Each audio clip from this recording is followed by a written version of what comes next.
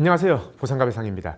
교통사고가 나면요, 피해자분들이 가장 궁금해하는 내용입니다. 보험사는요, 합의금을 적정하게 지급하면 되는데 왜 작게만 지급하는지, 오늘 그 비밀에 대해서 파헤쳐 볼까 합니다. 오늘 내용만 봐도 그래서 그렇구나, 앞으로는 보험사한테 무조건 끌려가면 안 되겠다라는 생각이 꼭 드실 겁니다. 보험사가 합의금을 적정하게 지급하지 않고 작게 지급하려고 한다. 그 이유는 딱 한 개입니다.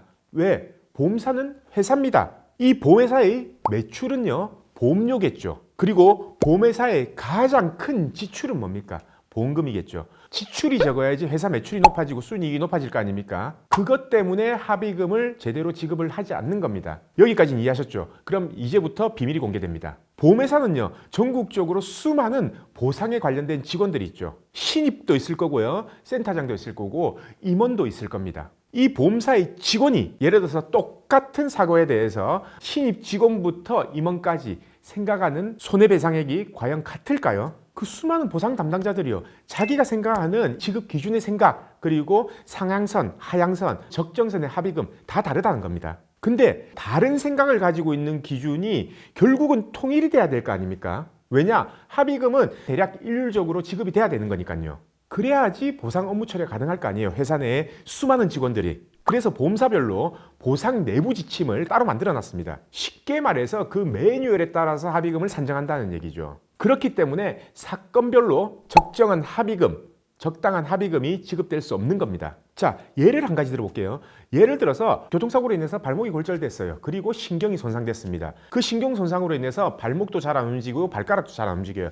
제가 손해배상 실무를 17년 동안 해오면서요, 제가 생각했을 때는 최소 23% 연구장애가 나와야 된다, 그렇게 생각하거든요. 아무리 일용근로자임금이라 하더라도 40대 기준으로 한 1억 5천만 원 나와야 돼요. 근데 보험사 내부 지침에는 어떻게 나와 있는지 아십니까? 신경의 완전 손상, 완전 마비가 아니라면 연구장애를 원칙적으로 인정 안 한다라고 이렇게 내부 지침에 나와 있다는 거죠. 그러니 담당자가 죽었다 깨어나도 연구장애에 대한 결재를 제대로 받지 못하는 겁니다. 내부 지침이 그러니까요, 자체 의료심사에서도 연구장애에 대한 의학적 소견이 나올 수가 없는 거죠. 제가 골절만 예를 들었지만 2, 3주 진단부터 중상해, 사망사고, 그리고 평생 간병인이 필요한 사고, 이런 모든 사고에서도 내부 지침이 있기 때문에 제가 뽑은 금액이랑 보험사가 제시하는 금액, 이거는 결국 금액이 크게 차이 날 수밖에 없는 겁니다. 결국 이거는요, 보험 담당자가 적게 지급하려고 하는 게 아닙니다. 회사 지침이 그러니까 결재를 못 받는 거죠. 그렇기 때문에 담당자 결재 권한에서 안 될 경우 센터장 결재 권한까지 이용하고, 안 되면 부서장 결재 권한, 결국 그게 안 돼서 소송까지 가게 되는 거죠. 제가